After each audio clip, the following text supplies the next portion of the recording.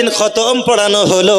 খতম পড়ানোর পরে বাবা, খতম পড়ানোর পরে দাওয়াত করে মিলাদ করে দোয়া করে শেষ হয়ে গেল। 40 দিন যখন পার হয়ে যায়, মুসলমান এমন আমরা মুসলমান দরদি, আজকে যার বাবা মারা গেছে হয়তো 40 দিন পর্যন্ত খোঁজ খবর রাখলো, তাও আবার রাখতো না। যদি খোঁজ খবর না রাখে গ্রামের মানুষে কি বলবে? যদি একটা মিলাদ না দিই গ্রামের মানুষে কি বলবে? আজকে যদি শুক্রবারে আমি আমার বাবার কবর জিয়ারত না করি হয়তো মানুষে আবার খারাপ বলবে। যার জন্য আজকে জুম্মা 40 দিনের পূর্বে তারা গোরস্থানে যায়, গোরস্থানে যাওয়ার পরে মোনাজাত করে, ওরে আমার দরদি।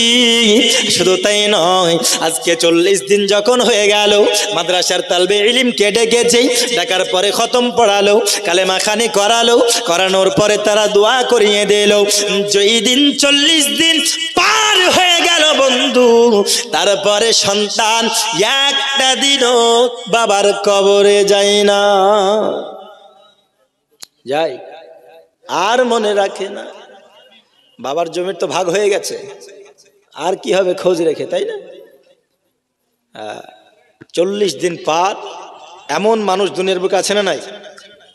আছে। যারা 40 দিনের মিলাদ পর্যন্ত হয়তো কবরে যায়, খোঁজ খবর রাখে, 40 দিন পার হয়ে গেল আর বাবার কবরের কাছে গিয়ে একটু হলেও দোয়া করার প্রয়োজন মনে করে? মনে করে না। আরে মনে করে তো দূরের থাক, মসজিদে যখন বলা হয় আজকে শুক্রবার জুম্মার নামাজের পরে জিয়ারতে যেতে হবে, তো ধরেন 90% মানুষও দরুদের আগে পালিয়ে যায়, পালাই না? পালিয়ে যায়।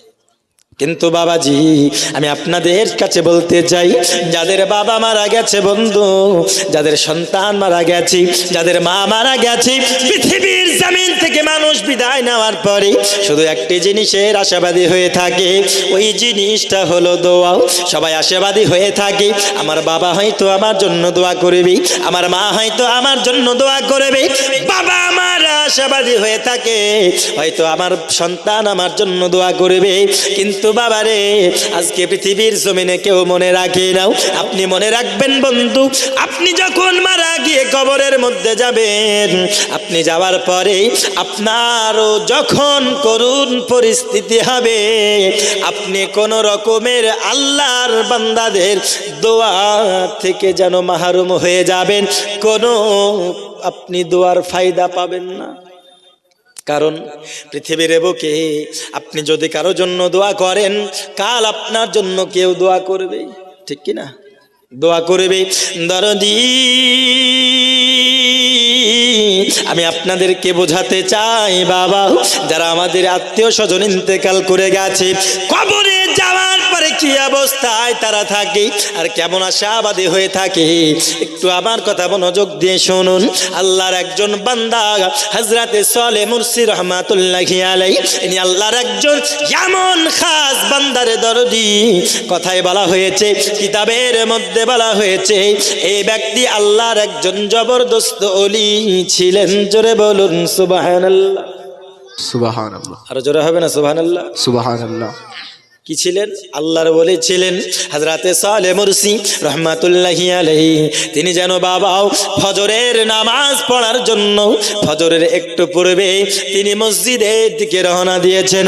বন্ধুরে আবার হযরতে সালেহ মুরসি রহমাতুল্লাহি আলাইহি যখন তিনি মসজিদের দিকে রওনা হয়েছেন, সঙ্গে সঙ্গে দেখতেছেন মসজিদের রাস্তা গোরস্থানের রাস্তা দিয়ে যেন যেতে হয়। যেই পথ দিয়ে আমি সালেহ মুরসি মসজিদে যাব, ওই রাস্তা হলো গোরস্থানের রাস্তা, ওই রাস্তা দিয়ে যেতে হবে। তাই গোরস্থানের পথ দিয়ে যেতে যেতে আব্বাজি হযরতে সালেহ মুরসি তিনি যেন গোরস্থানের কাছে দাঁড়িয়ে গেল। দাঁড়িয়ে যাওয়ার পরে বাবাও তিনি আল্লাহর কাছে দোয়া করার উদ্দেশ্যে তিনি ওযু বানালেন। ওযু বানানোর পরে 2 রাকাত নামাজ আদায় করলেন। না তিনি যেন বাবা 2 রাকাত নামাজ আদায় করলেন এবং যারা কবরের মধ্যে শুয়ে আছে তাদের জন্য হযরতে সালেহ মুরসি একটু দোয়া করে দিলেন। কারণ তিনি জানেন মানুষ যখন মারা যায় কবরের মধ্যে এমন ভয়ঙ্কর আযাব হবে, এত কঠিন পরিস্থিতি হয়, মানুষ যদি কবরের চিৎকার শুনতে পেত তবে মানুষ বেহুশ হয়ে যেত। আব্বাজি আবার হযরত সালেহ মুরসি তিনি দুঃখ দরদ জানেন, তিনি কবরের আযাব সম্পর্কে জানেন। আজ শুধু তিনি নয়, আজকে যারা জালসা শুনে বেড়াই, আজকে যারা মিলাদ শুনে বেড়াই, আজকে যারা মসজিদে ইমাম সাহেবের কাছ থেকে জালসা শুনি, দরদি আমার, তারাও জানে কবরের মধ্যে কেমন ভয়ঙ্কর পরিস্থিতি হবে। দরদি তিনি মুর্দাদের জন্য দোয়া করলেন এবং দোয়ার পূর্বে দোয়া করার পরে তিনি ওই জায়গায় যেন একটু শুয়ে পড়লেন। এই উদ্দেশ্যে মুয়াজ্জিন যখন আযান দেবে দরদি ফজরের সময় আমি মসজিদে যাওয়ার পরে নামাজ আদায় করব, কিন্তু হযরতে সালেহ মুরসি তিনি যেন গোরস্থানে ঘুমিয়ে যায়। তিনি সুবহানাল্লাহ। গোরস্থানে ঘুমিয়ে গেলেন। ঘুমানোর পরে বাবা স্বপ্নের মধ্যে দেখতেছেন যেই গোরস্থানে ঘুমিয়ে গিয়েছেন ওই গোরস্থান থেকে যেন কবরে যত মুর্দা ছিল সব মুর্দা একে একে যেন উঠতেছে। জোরে বলুন সুবহানাল্লাহ। সুবহানাল্লাহ। সব মুর্দা কবর থেকে একে একে উঠতেছে। উঠতে উঠতেই ওঠার পরে সবাই যেন দেখতেছেন সকলের সামনে এমন একটি পুরস্কার রাখা রয়েছে, যেমন জন্মদিনের দিন পুরস্কার উপহার দেয়, যেমন আপনার বাবা কারো বিয়ে শাদী হলে যেমন গিফট প্রদান করে, যেমন উপহার দেয়, সকল মুর্দার সামনে যেন উপহার দেওয়া রয়েছে। আর সবাই মিলে ওই পুরস্কার গ্রহণ করে নিল আর একে একে আপন কবরের মধ্যে চলে গেল। কিন্তু বাবারে আমার সালেহ মুরসি দেখতেছেন হাজার মুর্দার মধ্যে একটি মুর্দাও একজন ব্যক্তি তিনি যেন কোনো পুরস্কার পেল না। তিনি কোনো পুরস্কার পেল না। তেনার মনটা বড় বেজার, তেনার মনটা বড় ভারী, তেনার মনটা বড় বেজার। হযরতে সালেহ মুরসি রাহমাতুল্লাহি আলাইহি তিনি জিজ্ঞাসা করতেছে, ওগো বাবু, আমি তো দেখতে পেলাম সবার জন্য পুরস্কার রয়েছে, সবার জন্য উপহার রয়েছে, সবাই উপহার নিয়ে কবরের মধ্যে চলে যায়, সবাই কত আনন্দে উদযাপন করতেছে, সবার মনটা বড় খুশি, সকলে কত যেন আনন্দ উদযাপন করে। কিন্তু আমি তোমায় যখন দেখতে পেলাম আমি দেখতেছি তুমি যেন মনটা বড় ভারী। ওগো বাবু বলো না তোমার মনটা কেন এত খারাপ বাবু বলো, আর তুমি আমায় এটাও বলো সবাই যেমন পুরস্কার পেল তুমি কেন পুরস্কার পেলে না? ওরে আমার বাবা রে, আমি আপনাদেরকে বোঝাতে চাই বাবা, যাদের বাবা মারা গিয়েছেন বন্ধু তারা বাবার কবরের খোঁজ রাখি না, যাদের মা মারা গিয়েছে তারা মায়ের কবরের একটু খোঁজ রাখি নাও, একটু তাদের জন্য দোয়া করে নাও। অনেক বাবা মা রয়েছে বাবা যারা সন্তানের জন্য দোয়া করে নাও, অনেক আত্মীয় স্বজন ভাই বোন রয়েছে পৃথিবীর বুকে যতদিন বেঁচে ছিল দরদি ততদিন বাবা সকলে তাদের কাছ থেকে উপহার নেওয়ার জন্য ফায়দা নেওয়ার জন্য ভালোবেসেছে, কিন্তু মারা যাওয়ার পরে একটু তাকে দোয়া করার মতো পরিস্থিতি থাকে না, তাকে ভুলে গিয়েছে, তাকে কোনো রকমের মনে রাখে নাই। এমতো অবস্থায় বাবা হযরতে সালেহ মুরসি জিজ্ঞাসা করতেছেন, বাবু তোমার জন্য কেন কোনো পুরস্কার নাই? সালেহ মুরসিকে বলতেছেন, হুজুর, ওগো আমার হুজুর, সকলেই পুরস্কার পেল, সকলেই পুরস্কার পেয়েছে, তার কারণ হলো সকলের কবরবাসীর কারো বাবা, কারো মা, কারো ভাই, কারো বোন, কারো বা আত্মীয় স্বজন, কারো বা খালাও, কারো বা ফুফু, কারো বা এইরকম করে সকল মুর্দাদের আত্মীয় স্বজনেরা কাল দুনিয়ার বুকে তাদের জন্য হয়তো কেউ সাদকা করেছে, হয়তো কেউ দান করেছে, হয়তো তাদের জন্য দোয়া করেছে। ওগো হুজুর, ওই দানের বদলা, ওই সাদকার বদলা আমার আল্লাহ পাক আল্লাহ তাআলা পুরস্কার স্বরূপ তার মুর্দার কবরে পৌঁছিয়ে দিয়েছেন। জোরে বলুন সুবহানাল্লাহ।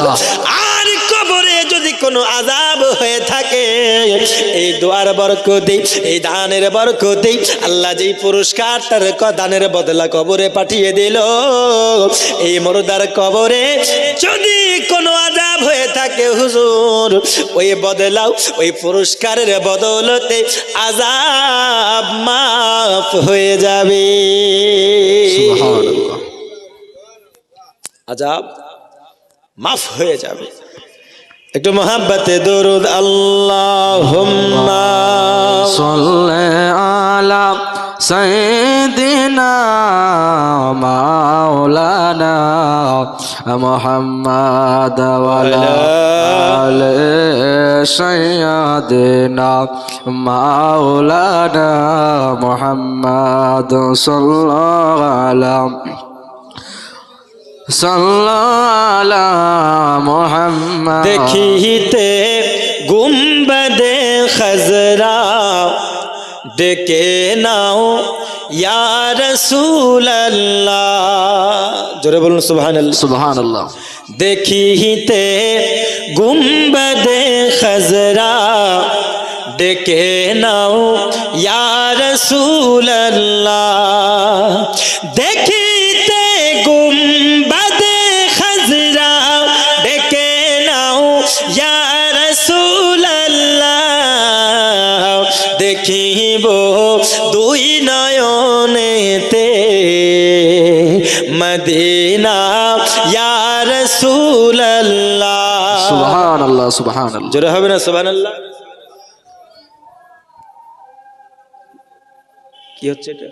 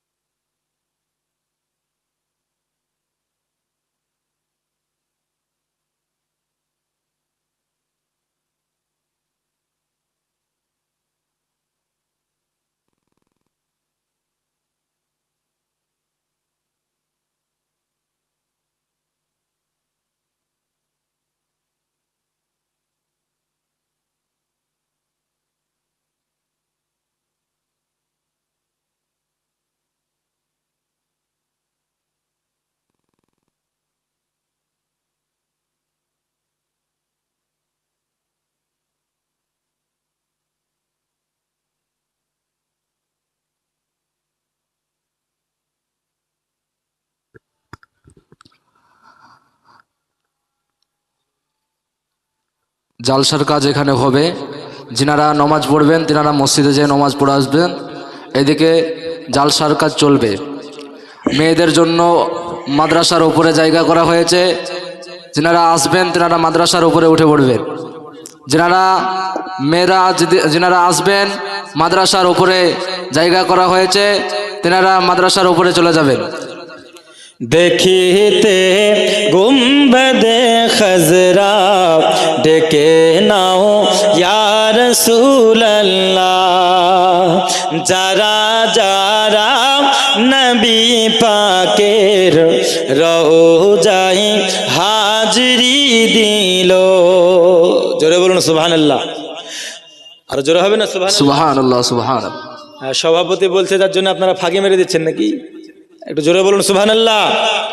যারা যারা নবী পাকের রওজায় হাজরি দিল, যারা যারা নবী পাকের রওজায় হাজরি দিল, যারা যারা নবী পাকের রওজায় হাজরি দিল, শাফাত ওয়াজিব তাদের উপর ঘোষণা ইয়া রাসূলুল্লাহ। শাফাত ওয়াজিব তাদের উপর ঘোষণা ইয়া রাসূলুল্লাহ। দেখিতে গুম্বদে খজরা ডেকে নাও ইয়া রাসূলুল্লাহ। দেখিব দুই নয়নেতে মদিনা ইয়া রাসূলুল্লাহ। জোরে বলুন সুবহানাল্লাহ সুবহানাল্লাহ। তাহলে হযরত সালেহ মুরসি তিনাকে বলছেন, হুজুর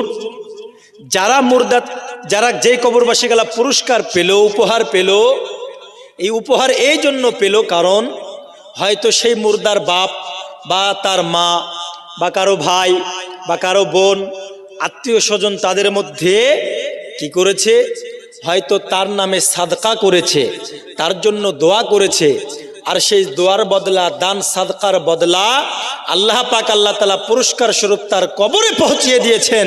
আর মুর্দারা এই জন্য খুশি যে সেই কবরে সেই পুরস্কার পেয়ে কবরের আযাব তারা হালকা করে নেবেন। জোরে বলুন সুবহানাল্লাহ সুবহানাল্লাহ। তো বলতেছেন, বাবা তোমার কি কোনো আত্মীয় স্বজন তোমার জন্য দোয়া করেনি?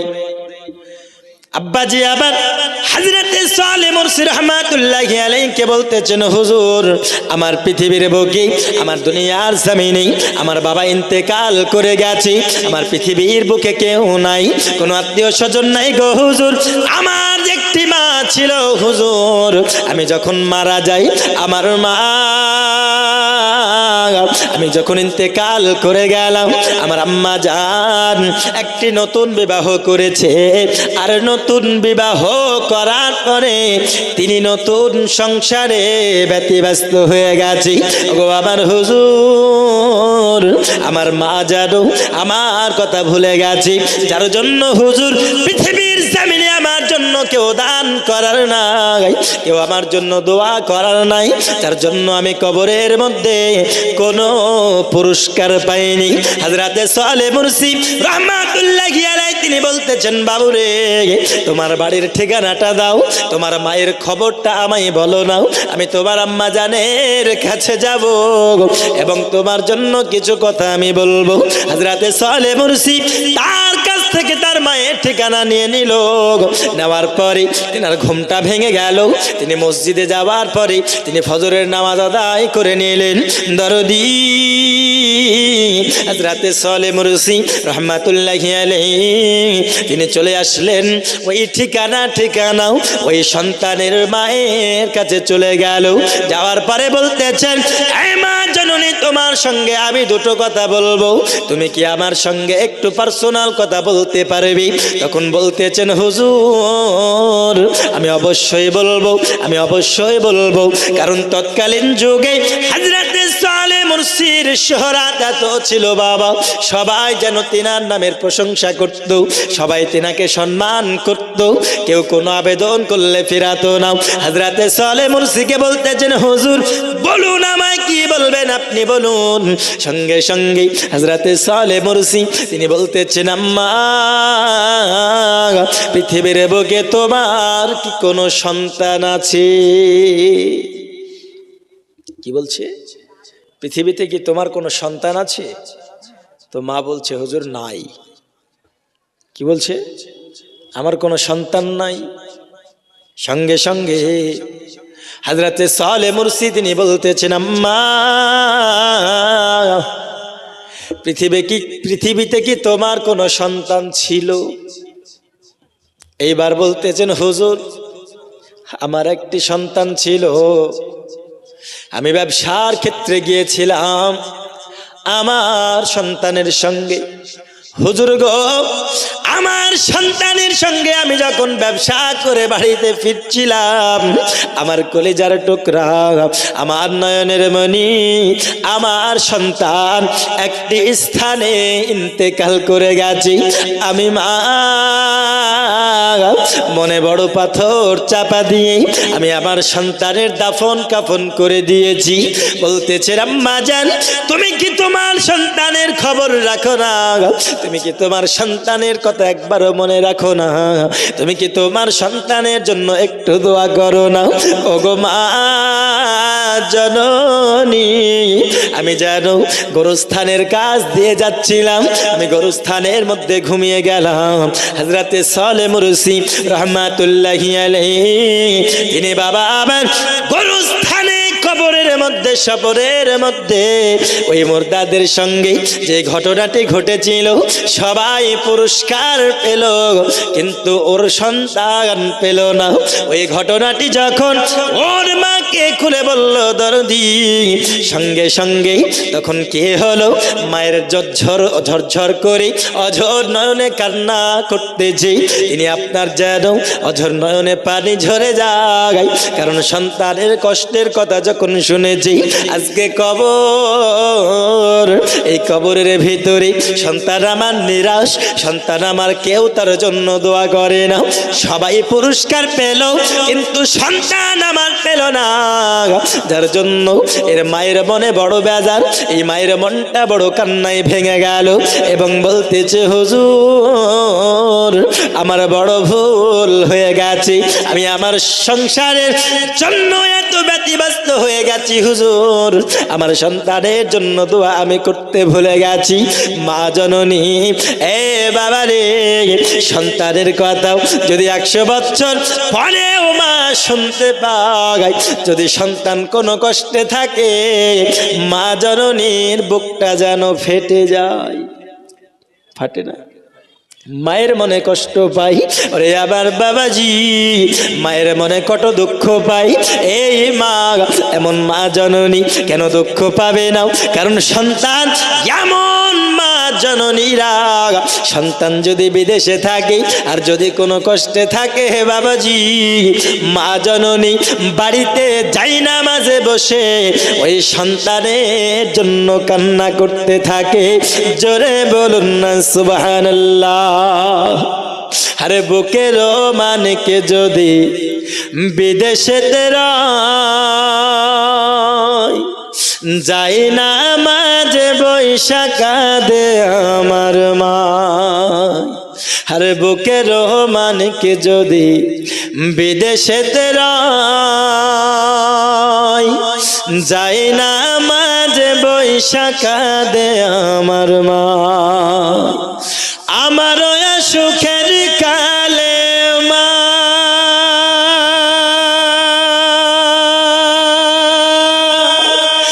দুঃখিনী মা,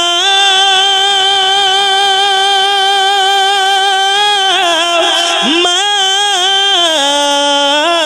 গো, আমার সুখের কালে, আমার সুখের কালে বুক ভাসিত নয়ন জল। কোথায় গেলে পাবো আমি এমন আপনজন, কোথায় গেলে পাবো আমি এমন আপনজন। আমার লাগা কাঁদলে মাগো, আমার লাগা কাঁদলে মাগো সারাটি জনম, কোথায় গেলে পাবো আমি এমন আপনজন। আরে কত রাতে ঘুমাওনি মা গর্ভে যখন আমি, কত কষ্ট সয়েছ জানে অন্তর্যামী। জোরে বলুন সুবহানাল্লাহ, আর জোরে হবে না সুবহানাল্লাহ? আপনাদের মুখে শুনে আমি কিন্তু বেজার হয়ে গেলাম, একটু জোরে বলুন না সুবহানাল্লাহ। সুবহানাল্লাহ। আরে কত রাতে ঘুমাওনি মা গর্ভে যখন আমি, কত কষ্ট সয়েছ জানে অন্তর্যামী। চেয়ে আমার মুখের পানে মা দুঃখিনী মা,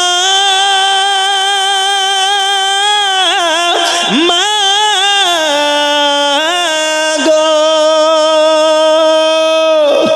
চেয়ে আমার মুখের পানে, চেয়ে আমার মুখের পানে জুড়াইতে দুই নয়ন, কোথায় গেলে পাবো আমি এমন আপনজন, কোথায় গেলে পাবো আমি এমন আপনজন।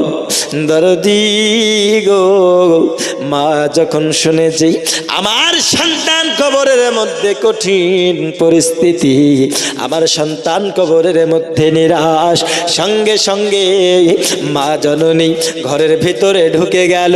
ঘরের ভিতর থেকে যেন বাবা 1000 স্বর্ণ মুদ্রা দিরহাম নিয়ে এসেছি।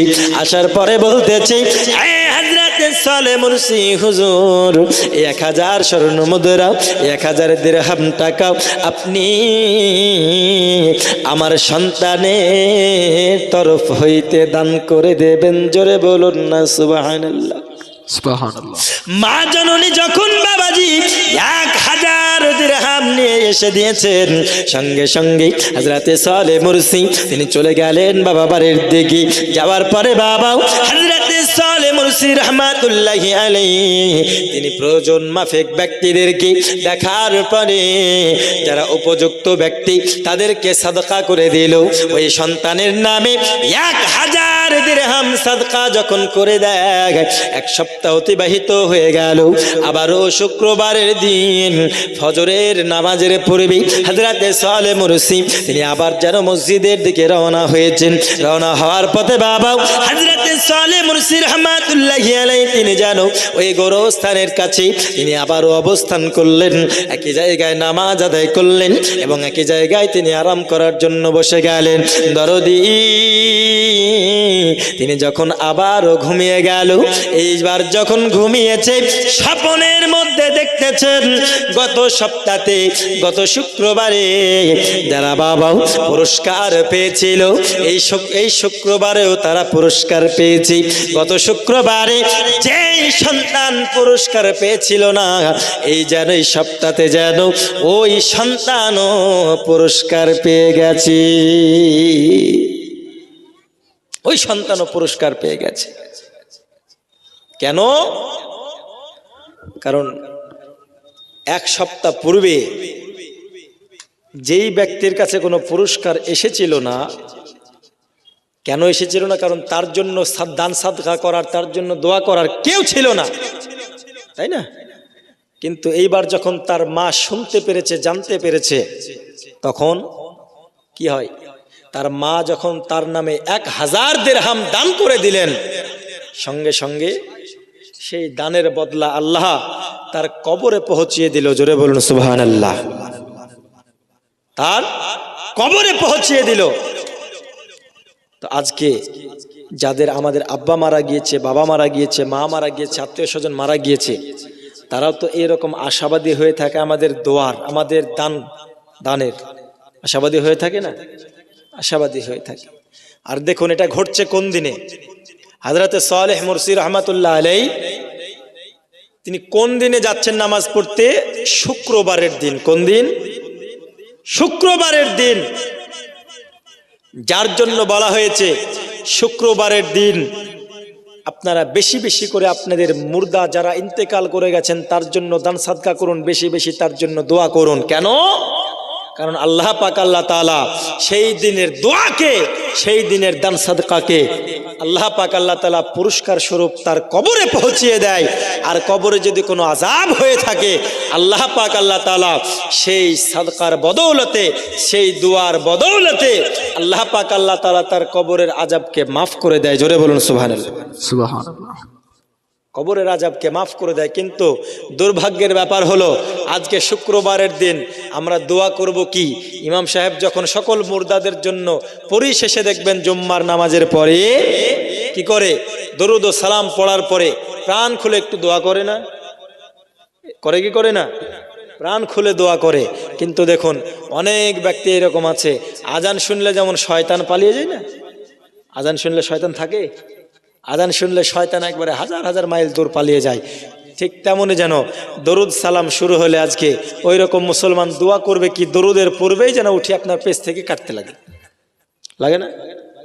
পেছ থেকে উঠে পালাতে লাগে বাবাজি। তাহলে তার কি বাবা মারা যায় নাই? তার মধ্যে কি কারো মা মরেনি? তার মধ্যে কি কারো আত্মীয় স্বজন কেউ মরেনি যে তাদের জন্য দোয়ার প্রয়োজন নাই? আছে, কিন্তু এরা মনে রাখে নাই।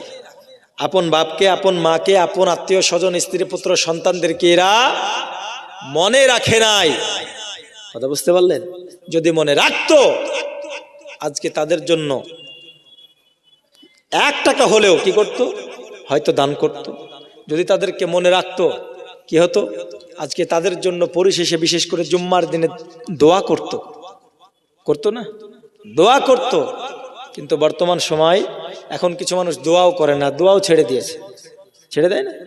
দোয়াও ছেড়ে দিয়েছে বাবাজি আমার। তো দেখুন দোয়া ছেড়বে না কেন? কারণ এরা নিজেরাই হুজুর হয়ে গেছে, হয়নি? এরা নিজেরাই হুজুর হয়ে গেছে। একবার মহব্বতে দরুদ পড়ুন। আল্লাহুম্মা সাল্লি আলা সাইয়্যিদিনা মাওলানা মুহাম্মদ ওয়া আলি সাইয়্যিদিনা মাওলানা মুহাম্মদ সাল্লাল্লাহু মুহাম্মাদিন সাল্লাল্লাহু মুহাম্মদ হরদম যাওয়া সেলে কালো পাক নামে মোহাম্মদ হরদম যাওয়া সেলে কালো শফিয়ানা মোহাম্মদ সাল্লাল্লাহু তাআলা আলাইহি ওয়াসাল্লাম। তাহলে বাবাজি আমার, পৃথিবীর বুকে আমরা যারা এই দোয়া থেকে বঞ্চিত রয়েছে বাবাজি, আমাদের বাবা মা, আত্মীয় স্বজন, যাদের সন্তান সন্ততি ইন্তেকাল করে গেছে, সকলের জন্য পৃথিবীর বুকে দান সাদকা এবং দোয়ার প্রয়োজন আছে না নাই? দোয়ার প্রয়োজন আছে। হযরতে সালেহ মুরসি রাহমাতুল্লাহি আলাইহি তিনার কথা থেকে দুটো জিনিস শিক্ষণীয়। একটি বিষয় হলো যে আপনার শুক্রবারের দিন আপনি যদি দান করেন, আপনি যদি দোয়া করেন, আল্লাহ পাক আল্লাহ তাআলা কবরে পৌঁছিয়ে দেয়, কবরে পৌঁছিয়ে দেয়। আর একটি বিষয় আমরা জানতে পারলাম, আজকে আমাদের বাবাও, আজকে আমাদের মাও, আজকে আমাদের আত্মীয় স্বজন সবাই আমাদের জন্য আশাবাদী হয়ে থাকে।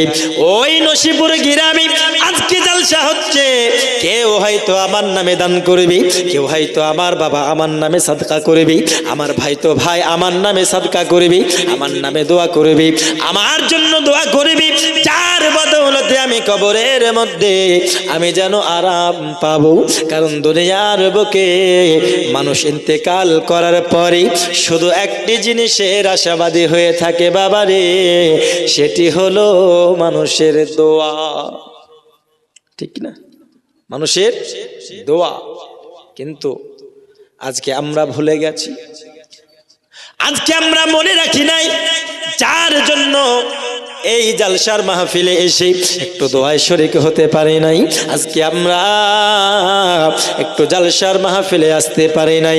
আমি বলতে চাই বাবা, যারা মেলায় ঘোরাফেরা করতেছে দরদি, এরা নিজের মৃত্যুর কথা ভুলে গেছে। ওরে আমার যুবক, তোমরা একটু মৃত্যুকে স্মরণ করো, কারণ তোমরা যখন কবরে যাবে, তোমরা যদি পৃথিবীর বুকে ভালো কাজ না করে যেতে পারো, মানুষ তোমাকেও একদিন ভুলে যাবে। ভুলবে কিনা? তোমাকেও একদিন ভুলে যাবে। আর তুমি যদি পৃথিবীর জমিনে কোনো ভালো কাজ করে যেতে পারো, তুমি যদি আল্লাহর পথে থাকো, আল্লাহ পাক আল্লাহ তাআলার রহমতে যদি তুমি থাকো, আল্লাহ তাআলার কাজে যদি তুমি নিযুক্ত থাকো, তুমি যখন মারা যাও, তুমি যখন মারা যাবে, তোমার জন্য কেউ না কেউ দোয়া করবে। নিজের জীবনটাকে আল্লাহর পথে তুমি যদি বিলিয়ে দাও, তাহলে হয়তো অনেক মানুষ তুমি মারা যাওয়ার 100 বছর পরেও তোমার জন্য দোয়া করবে। কিন্তু দরদি, পৃথিবীর বুকে আমরা এমন মুসলমান, এমন হতভাগা মুসলমান, আমাদের জন্য কে দোয়া করবে? আমরা দোয়ার পাত্র হতে পারি না। আমরা দোয়ার পাত্র হতে পারি নাই, গালির পাত্র হতে পেরেছি নাকি? হ্যাঁ, কেউ যদি আমার কথা মানুষের 5টা মানুষের সামনে তুলে, অমনি আমাকে গালি দিতে শুরু করবে, এমন মানুষের ব্যবহার। এই ব্যবহারে আমরা মানে কি ডিপ্লোমা কোর্স করেছি, কিন্তু এই ব্যবহার আমরা এখনো শিখলাম না, এই কাজে আমরা এখনো নিযুক্ত হলাম না। যেই কাজে আপনি মারা যাওয়ার পরে 5টা মানুষ যখন আপনার কথা বলবে, তার মুখ দিয়ে এইরকম বারাত বের হতে হবে, এইরকম শব্দ বের হতে হবে, আল্লাহ তেনার মাগফিরাত করুক। ঠিক কিনা? এমন মানুষ পৃথিবীর বুকে ইন্তেকাল করে গেছেন, এমন ভালো মানুষ আছে না নাই? ভালো মানুষ, এমন অনেক ভালো মানুষ পৃথিবীর বুক থেকে ইন্তেকাল করে গেছেন, যাদের কথা 5টা মানুষের সামনে যখন তুলে ধরা হয়েছে, এক বাক্যে সকলে এই রকম বলেছে যে আল্লাহ তেনার মাগফিরাত করুক। বলে কি বলে না? বলে। কিন্তু সেই ব্যবহার তো আমাদের এখন নাই। আমাদের ব্যবহার, আমাদের কেমন আচরণ কেমন, যে যদি আমরা মারা যাওয়ার পরে 5টা মানুষের সামনে যদি আলোচনা হয়, যদি আমার কথা উঠে, উজারি মরিছে, ঠিক করেছে, ঠিক হয়েছে, এইরকম কথা হবে। ঠিক না? মরেছে, ভালোই হয়েছে, এই রকম কথা। আমাদের ব্যবহারটা হলো এই রকম। কিন্তু নয় বাবা, আজকে জালসা শুনছেন, জীবনে শুনছেন, জীবনে শোনার পরে জীবনকে যদি পরিবর্তন না করতে পারেন, আজকে জালসা শুনি লাকাদ কানা লাকুম ফি রাসূলিল্লাহি উসওয়াতুন হাসানাহ, আপনাদের চরিত্রটা যদি আমার রাসূল সাল্লাল্লাহু আলাইহি ওয়াসাল্লামের চরিত্রের মতো না বানাতে পারেন দরদি, তাহলে পৃথিবীর বুকে আমাদের দুনিয়ার জমিন থেকে বিদায় নেওয়ার পরে করুণ পরিস্থিতি হবে, আমরা সব জায়গায় আটকা পড়ে যাব।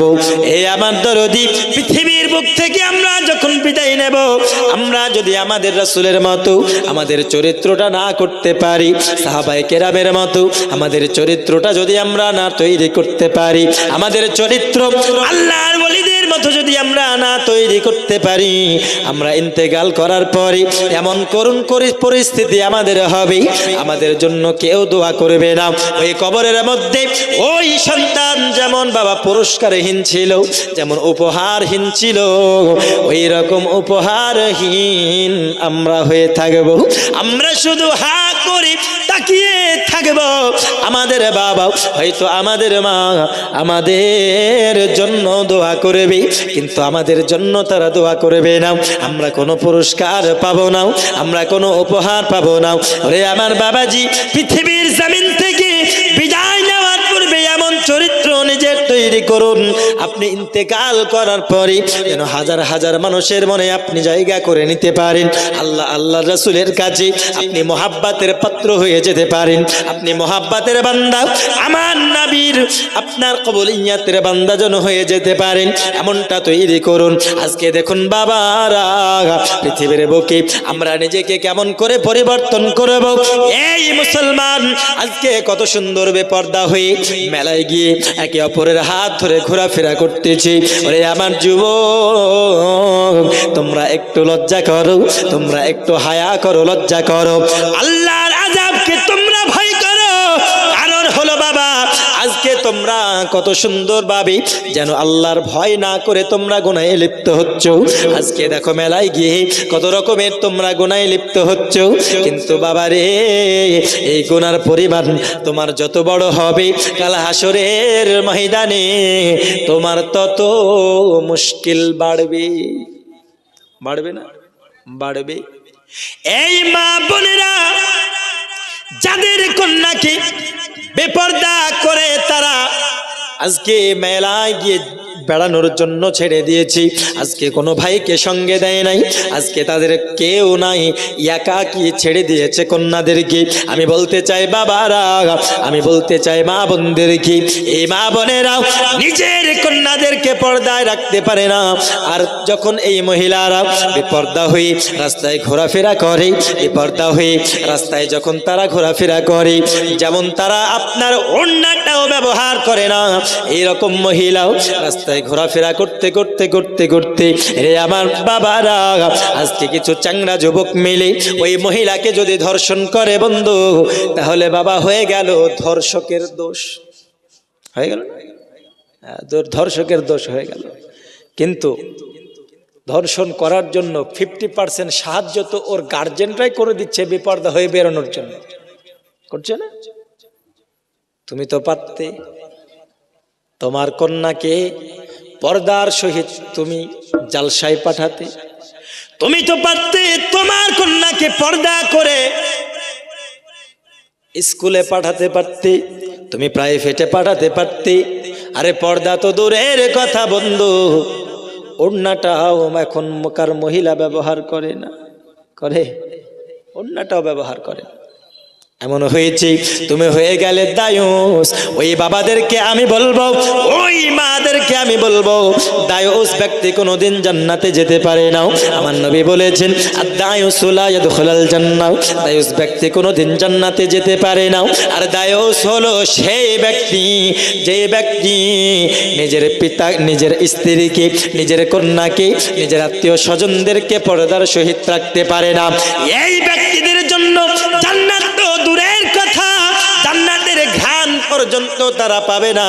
তাই আমি বলবো আপনাদেরকে করজোর করে বলবো বাবা, যাদের মহিলাদেরকে আজকে বেপর্দা ভাবে মেলায় ঘুরতে দিয়েছেন, ভাই দেখুন কোন সন্তানের হাত ধরে ঘোরাফেরা করতেছি, কোন ছেলের হাত ধরে ঘুরছে, হয়তো মায়ের এই দিকে খোঁজ নেয় না, মা এসে জালসা শুনতে আর বেটিকে ছেড়ে দিয়েছে মেলায় ঘুরতে, তাই না? অনেকেই ছেড়ে দিয়েছে, বসতে পারে না। মা বোনেরা নিজের কন্যাদেরকে নিয়ে এসে বসাতে পারে না, যদি বসাই হয়তো পর্দার আলোচনা শুনবে, হয়তো জাহান্নাম থেকে ভয় করবে, কবরের আযাব থেকে ভয় করবে। মা রে, তুমি যখন জালসা শোনার সময়, ওই সময় তুমি মেলায় পাঠিয়ে দিচ্ছ, আর যখন আপনার অভ্যাসে পরিণত হয়ে গেল, আজকে বড় হয়ে গেল, ওই সময় বলতেছো মা রে দুদিন পর তোর বিয়ে হবে, তুই এতদিন যা করলে করলি, এইবার থেকে তোকে বোরখা পরতে হবে। আচ্ছা বলুন, পরবে? পরবে? আর বোরখা পরবে না। কেন? কারণ এ অভ্যাসে পরিণত হয়ে গেল। নারে তাকবীর, নারে তাকবীর।